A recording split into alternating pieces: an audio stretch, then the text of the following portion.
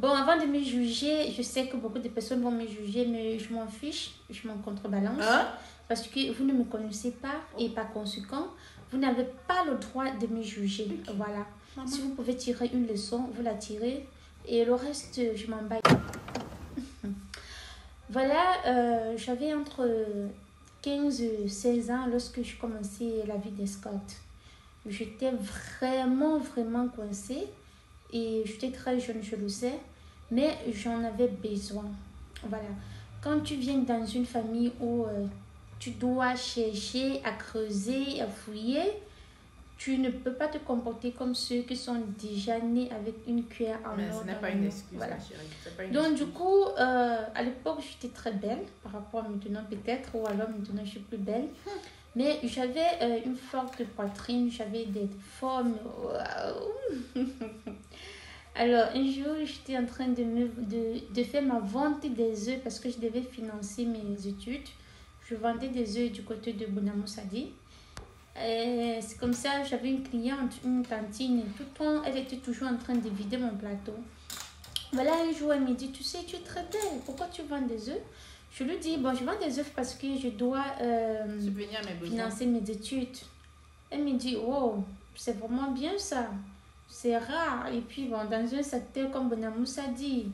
Et puis, je lui ai répondu tout simplement que non, je ne réside pas à Bonamoussadi. Je suis juste venue passer des vacances et j'en profite pour faire mon commerce. C'est comme ça, elle me dit, oh, d'accord, mais tu sais, tu peux exploiter ta beauté d'une autre façon. Bon, quand elle a dit tu peux exploiter ta beauté d'une autre façon, je pensais à Miss Monde, je pensais au mannequinat, je sais pas, une star. C'est moi qui me prends pour 10 Je francs. savais pas que ce qu'elle allait me proposer, franchement, devait être ça. Alors, elle m'a donné sa carte et comme à l'époque, je n'avais pas de téléphone, je suis allée dans un call box et puis j'ai émis l'appel.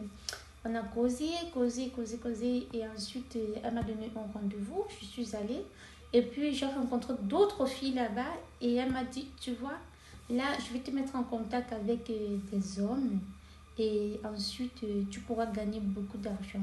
Waouh. Depuis j'étais, et puis j'étais même fermée, je ne connaissais pas ce genre de choses. Mais la pauvreté m'a... Mais lorsque la pauvreté te met à genoux et que tu es au désert, tu dois chercher tout moyen pour trouver soit de quoi manger ou de quoi boire. Alors j'ai accepté parce que je voulais à tout prix financer mes études. Je faisais la classe de première, il fallait à tout prix que je termine avec mes études. C'est comme ça j'ai commencé. Le premier jour c'était très bizarre, je n'arrivais pas et tout.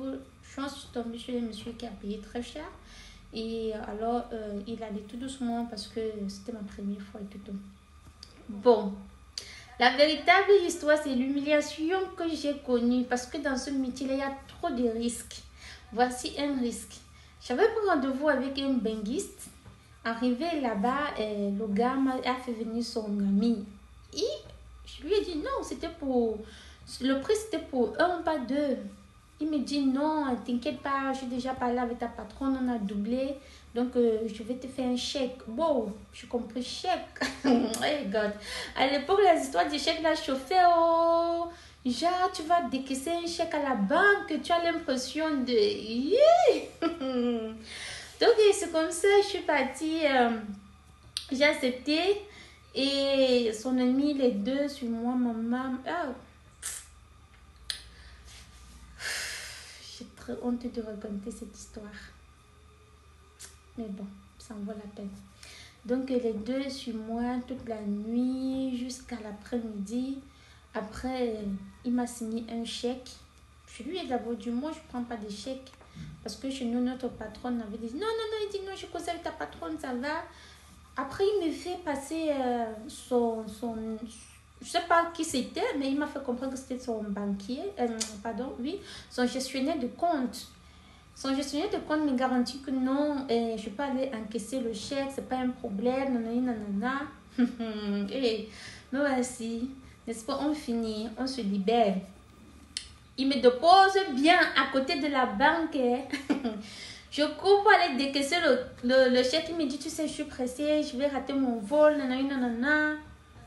Tu peux encaisser, tu peux prendre ton argent. Après, quand tu encaisses ton argent, tu me fais savoir et tout. Je lui dis, ok, oh, maman, j'arrive à la banque. Je joue la star, la superbe star. Maman, je regardais le gros prix là. 500 000. Le chèque. J'étais une star à la banque. Maman, toi-même, 500 000 que le piment là, il il fallait suivre la queue. Maintenant, j'arrive comme une superstar. J'avais les talons au pied, tu t'imagines, j'ai failli casser les carreaux de la banque. Donc, c'est comme ça, j'arrive devant la caissière, elle me fait comprendre que non, c'est un faux chèque. Je lui dis pardon. Elle me dit c'est un faux chèque. Je dis non. J'ai causé avec le gestionnaire du compte. Elle me dit ma chérie, c'est un faux chèque. Je voulais un peu faire scandale. Genre, on a appelé les vigiles là. On m'a porté comme ça, comme le papier hygiénique. On m'a dit déposer d'ailleurs, jeter d'ailleurs comme ça dans le bangala.